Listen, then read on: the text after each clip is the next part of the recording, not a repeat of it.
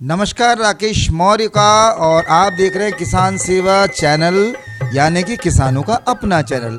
आज हम आपके लिए जो स्टोरी लेकर आए हैं वो है ग्रामीण आदिवासी महिला भूताबाई काकोड़िया की। 9.5 एकड़ के खेत पर ये खेती करती हैं और अपने खेत पर इन्होंने काजू और आम का बगीचा भी लगाया है। इनकी मेहनत जब हमने देखी तो हमें लगा कि ये चीज़ हम आप लोगों के लिए भी भेजें, तो आज हमने इनके खेत पर पहुंच कर इनसे बात की है। आप हमारे इस पूरे वीडियो को देखिएगा और इस वीडियो को ज़्यादा से ज़्यादा लोगों को शेयर कीजिएगा। चलिए हम बहुत जल्दी शुरू करते हैं ये बातचीत। किसान सेवा चैनल में आप सभी का स्वागत है और आप लोगों का भरपूर प्यार, स्नेह और समर्थन और सहयोग हमारे चैनल को प्राप्त हो रहा है। किसान भाइयों, अलग अलग तरीके की स्टोरीज़, चाहे वो उद्यानिकी विषय हो या कृषि हो या मत्स्य पालन हो या पशुपालन हो, इससे जुड़ी तमाम सारी जानकारियाँ हम आपको देते हैं हमारे चैनल किसान सेवा में। तो किसान सेवा चैनल को यदि आप देखते हैं और आपको अच्छा लगता है और आपको ऐसा लगता है कि आपको हमारे चैनल के वीडियोस लगातार मिलते रहने चाहिए और उसके नोटिफिकेशन आप तक पहुंचते रहने चाहिए, तो आप हमारे चैनल को सब्सक्राइब कर दीजिए। सब्सक्राइब बटन पर क्लिक कीजिए और जुड़ जाइए किसान सेवा के साथ। आज जिस स्टोरी को लेकर हम आपसे रूबरू हो रहे हैं, आप देख रहे हैं हमारे साथ एक ग्रामीण महिला हैं और वो जिस पेड़ के निकट खड़ी हैं वो पेड़ है काजू का। बैतूल ज़िले में काजू के उत्पादन को लेकर बहुत सारी संभावनाएं हैं। बैतूल में बहुत सारे कृषक इसका प्लांटेशन अपने खेतों में कर रहे हैं, लगा रहे हैं और लगातार मेहनत के साथ साथ इस क्षेत्र में आगे बढ़ने की कोशिश कर रहे हैं। जानते हैं इस कृषक से कि ये सब जादू उन्होंने कैसे किया। हमने जो पता किया, करीब 200 पेड़ काजू के उन्होंने यहाँ पर लगाए हैं और करीब 18 या 19 3 साल के पेड़ हो चुके हैं। इन पे फ्लावरिंग हो रही है और फ्लावरिंग के बाद अब फ्रूटिंग का समय भी निश्चित ही जल्दी आएगा। तो बहुत सारी बातें। सबसे पहले हम मुखातिब होते हैं हमारे बीच में जो महिला खड़ी। नमस्कार। नमस्कार। आपका शुभ नाम क्या है? आपका नाम जानना चाहेंगे हम। भूतेबाई काकोड़िया। अच्छा अच्छा, तो भूतेबाई काकोड़िया, आप हमें ये बताइए जी कि ये जो ज़मीन है, आपके पास खेती कितनी है? पहले तो 9.5 एकड़ जमीन है सर। 9.5 एकड़। जी 9.5 एकड़ जमीन के ऊपर लगभग मेरे ख्याल से 2.5 एकड़ में आपने यहाँ पर ये बगीचा लगाया हुआ है। जी। तो कौन कौन से पेड़ लगाए हैं? यहाँ काजू लगाया सर और वो आम के पेड़ लगाया 200 और काजू के 200 लगाए सर।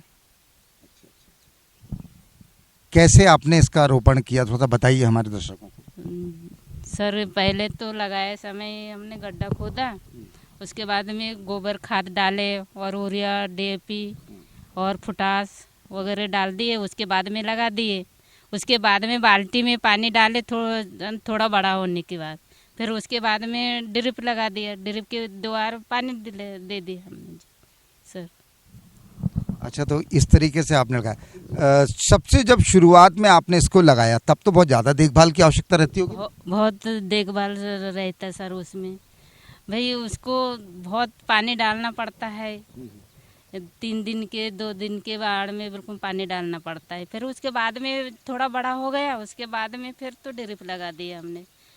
ड्रिप के द्वार से फिर पानी देना चालू कर दिया। अच्छा, ड्रिप के माध्यम से आपने पानी दिया। जी। अच्छा, एक बात ये बताइए कि आपको ये सब कैसे पता चलते गया कि हमको ड्रिप के माध्यम से सिंचाई करना चाहिए? और अच्छा, ये जो पेड़ हैं ये कहाँ से मिले थे आपको? सर वो बैतूल में वो अधिकारी ने व्हाट्सएप में किए थे। अच्छा। तो फिर माँ साहब को पता लगा। अच्छा। तो माँ साहब ने फिर वहाँ पे ऑफिस में गया सर, फिर उन अधिकारी से पूछा, उनने सलाह बताया, फिर उनके द्वार से फिर ये पेड़ मिला हमको। अच्छा, यानी उद्यानिकी विभाग ने में आपने संपर्क किया और वहाँ से आपको ये पेड़ प्राप्त हुए। अच्छा, अब इन पेड़ों की देख जब शुरू में जब पेड़ आपने लगाए होंगे, जैसा कि आपने बताया कि शुरुआत में तो बहुत तकलीफ है, जी कौन से समय में परेशानी हुई इस पेड़ को पालने में? सर, वो छोटेपन था जब तो बहुत परेशानी हुआ। अच्छा। हाँ, उसके बाद में थोड़ा बड़ा हो गया, उसके बाद में परेशानी नहीं हुआ, फिर ड्रिप लगा लिया उसमें। अच्छा, ड्रिप का कैसे हुआ, ड्रिप कैसे मिला आपको? ड्रिप वो अधिकारी ने बताया उनने। अच्छा, ड्रिप भी आपको उसमें मिल गया, सरकार की जो योजना है उसके जी। तहत। अच्छा, इसके अलावा और क्या की खेती आप अपने खेतों में करती हैं? चना के करते हैं, इनके बीच में मक्का के करते हैं, इसके अलावा कुछ नहीं करते इसके बीच में। अच्छा, हमने आपके खेतों में देखा कि ये जो काजू के पेड़ लगे हुए दिख रहे हैं, जी और इनके बीच बीच में आपने कहीं कहीं पे चना भी लगाया हुआ है ना? जी और वहाँ जो आपका जो ये जो आम का बगीचा है तोतापरी का, जी इसके बीच में हमें कहीं कहीं पपीते दिख रहे हैं, और अभी आपने तरबूज का भी रोपण किया है। जी। इसके बारे में कुछ बताइएगा कि कैसे आपने तरबूज के लिए क्या तैयारी करी? सर, उसमें ना बीज लाए, बीज को हमने उसमें वो जब तक वो अंकुरी नहीं आते ना, जब तक लगाते नहीं उसको। अंकुरी आ गया, उसके बाद में हमने गड्ढा खोदा, फिर उसमें गोबर खाद और वो डीएपी, पोटास और यूरिया वगैरह सब मिला के डाल दिया गड्ढे में। उसके बाद में फिर तरबूज और फूट लगा दिया हमने उसमें, और पपीता भी वैसे से लगाया सर। अच्छा अच्छा। जी तो अच्छा, इसके अलावा जब कुछ खाद वगैरह अलग से देते हैं क्या इसमें? जी सर, उसमें अभी 2 बार पपीता में खाद दे दिया हमने, अब वो फूट और वो डंगरे में देना है अब खाद। अच्छा, तरबूज और डंगरे में। जी तो ये डंगरा जो शब्द है, हमारी बोलचाल की भाषा में डंगरा कहा जाता है। वो जो पीले रंग का होता है, जी खरबूज जिसे कहा जाता है, अक्सर उसे खरबूज कहा जाता है, उसको डंगरा बोलते हैं। बुंदेलखंड में भी उसे डंगरा कहा जाता है, और यहाँ बैतूल में भी उसे डंगरा कहा जाता है। तरबूज और खरबूज दोनों के आपने बीज लगाए हैं और पेड़ लगाए हैं अभी तैयार करके। अच्छा, एक चीज़ और बताइए, आपने ये जो आम वगैरह, आप अभी पहला कोई उत्पादन हुआ है क्या अभी? नहीं हुआ सर, ये पहला है। अच्छा, अभी ये बाकी है अभी और? हाँ, पहले आया था लेकिन अंकुरी तोड़ दिया हमने, इस साल नहीं तोड़ा हमने। अच्छा, शुरुआत में मतलब पहला वो दाना था, दाना छोटा था क्या? जी, चलिए। झाड़ छोटा था, तो उसके बाद में अंकुरी तोड़ दिया हमने। अभी इस साल क्या लग रहा है, कैसे आम का आपको क्या लग रहा है? इस साल अब वो अधिकारी ने बोल दिया कि बोले इस साल अंकुरी मत तोड़ना, अच्छा ऐसा करके बोल दिया, तो हमने नहीं तोड़ा सर उसको। अच्छा, तो ये आपको नहीं मालूम होगा कि इसको तोड़ना नहीं है, जी शायद इसलिए। अच्छा, एक बात बताइए और कि आप कौन से गांव की रहने वाली, और अब खेत आपका यहाँ पे है झगड़िया में, बताइए। मैं लापाजीरी में रहता हूँ और झगड़िया में मेरा खेत है, मैं झगड़िया में खेती कर रहा हूँ। इसमें आपकी और कौन कौन मदद करता है? सर, हम तो दोनों ही मदद कर के, यहाँ कोई हमको मदद करने लिए तो कोई नहीं आते हैं, हम दोनों ही करते हैं यहाँ पे।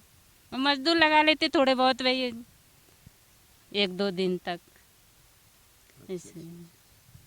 देखिए, ये ऐसा है, आप जो काम कर रही हैं, ये आप बहुत बड़ा काम कर रही है। खेती संभालना, आप अकेले दम पे खेती संभाल रही हैं यदि, और कभी कभार यदि इसमें मजदूरों की मदद ले ले रही हैं, तो अपने आप में ये बहुत बड़ा काम है।